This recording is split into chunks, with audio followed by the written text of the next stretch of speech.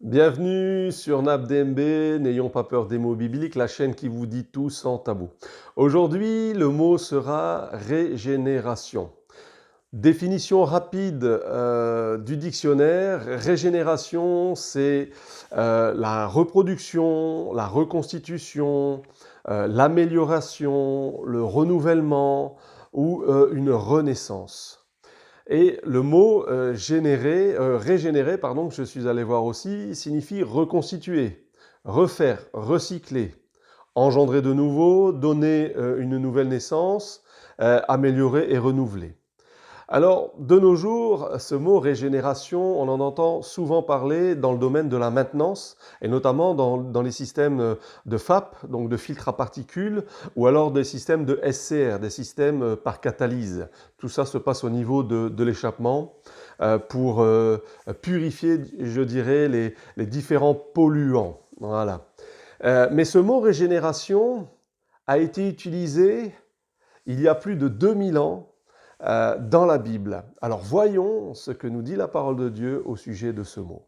Tout de suite, un premier verset, il y en aura même deux. Donc les deux premiers versets tout de suite, donc dans Matthieu 19, verset 28, et Jésus leur dit, en vérité, je vous dis que vous m'avez suivi dans la régénération. Et il y a un autre passage qui se trouve dans Tite chapitre 3, verset 5, où il est écrit ceci, en parlant bien sûr de Jésus-Christ, « Il nous a sauvés non à cause des œuvres de justice que nous aurions faites, mais selon sa miséricorde par le baptême de la régénération et le renouvellement du Saint-Esprit. » Et ici, il y a deux mots qui vont nous intéresser, forcément, c'est régénération. Alors la régénération, le mot qui a été pris en grec, c'est palagen essesia. Et palagen essesia signifie nouvelle naissance, renouvellement, recréation ou régénération. Il veut dire aussi de la rénovation. Donc de la régénération, la production d'une nouvelle vie consacrée à Dieu et un changement radical d'esprit pour le meilleur. Alors ce mot est souvent utilisé pour dénoter la restauration d'une chose à son état d'origine, sa rénovation comme un renouveau ou une restauration de la vie après la mort. Et il y a un deuxième mot qui m'a paru important pour nous aujourd'hui, c'est la régénération, mais aussi le renouvellement. Et ici, le renouvellement, le mot qui a été pris en grec, c'est anakinosis. Et ce mot signifie un renouveau, une rénovation, un changement complet vers le meilleur. Prenons une image, pour un exemple, d'une ancienne maison, une ancienne construction, une ancienne maison. Lorsqu'on va l'acheter, l'intérieur, eh bien, on va devoir le refaire. Si c'est une maison qui a 100 ans et dont l'intérieur n'a pas été refait, on va devoir refaire l'intérieur. Donc, on va devoir rénover cet intérieur. Et on va le refaire à neuf. Eh bien, lorsqu'une personne vient à Christ, vient à Dieu, eh bien, Dieu fait cette œuvre en lui, dans cette personne. Elle est complètement transformée, elle est complètement rénovée dans son être intérieur. Un deuxième verset ou un troisième verset, tout de suite dans la parole de Dieu, dans le livre de Romains au chapitre 12 et verset 2, qui dit ceci, « Ne vous conformez pas au siècle présent, mais soyez transformés par le renouvellement de l'intelligence, afin que vous discerniez quelle est la volonté de Dieu, ce qui est bon, agréable et parfait. » Et ici, le mot renouvellement, c'est anakinosis, qui a été pris dans les deux versets précédents. Par contre, ici, transformé, en grec, le mot qui a été pris, c'est métamorpho. Métamorpho, ça veut dire changer dans une autre forme, transformer ou être transfiguré, comme Christ l'a été lors de la transfiguration. À ce sujet, j'ai fait une vidéo sur la métamorphose que je vous invite à aller regarder. Et il y a un autre mot qui a été pris, c'est l'intelligence. L'intelligence dans ce verset, en grec, c'est nous. Nous, qui signifie littéralement l'esprit, c'est-à-dire toutes les facultés de perception et de compréhension et celle des sentiments, du jugement ou de la détermination. C'est aussi la faculté intellectuelle dans la compréhension.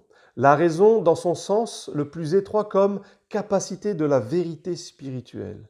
Le plus haut pouvoir de l'âme, la faculté de perception des choses divines, la reconnaissance du bien et la haine du mal. Voici pour ce mot ici, soyez transformés par le renouvellement de l'intelligence.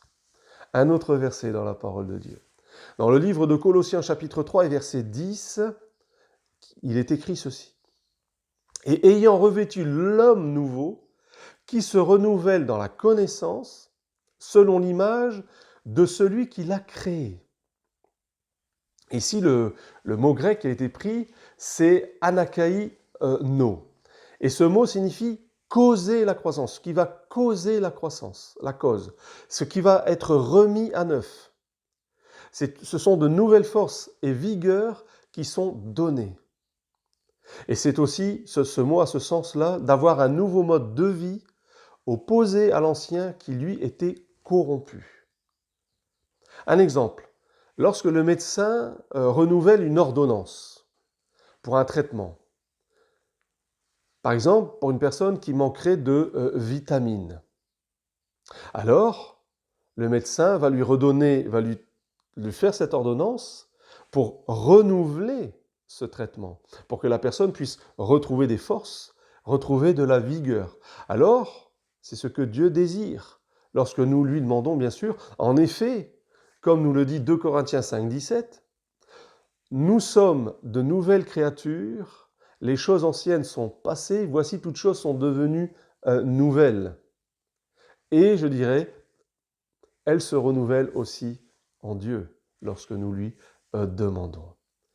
Ici, le mot qui a été pris pour la connaissance, c'est épignosis. Épignosis, c'est la connaissance précise et correcte. Utilisée dans le Nouveau Testament pour la connaissance des choses morales et divines. Et un dernier verset.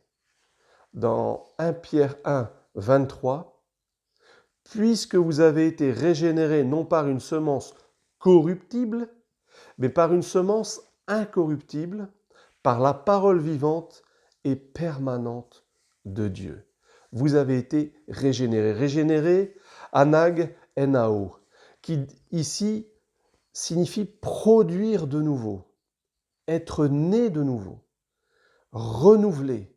Il a un sens métaphorique, c'est-à-dire avoir son esprit changé par une vie nouvelle en conformité avec la volonté de Dieu. En conclusion, je dirais ceci, je nous laisserai ce verset qui nous dit et qui nous encourage, et pour nous encourager, dans 2 Corinthiens 4, verset 16, « C'est pourquoi nous ne perdons pas courage, et lors même que notre être ou notre homme extérieur se détruit, notre homme ou notre être intérieur, lui, se renouvelle de jour en jour. » À bientôt.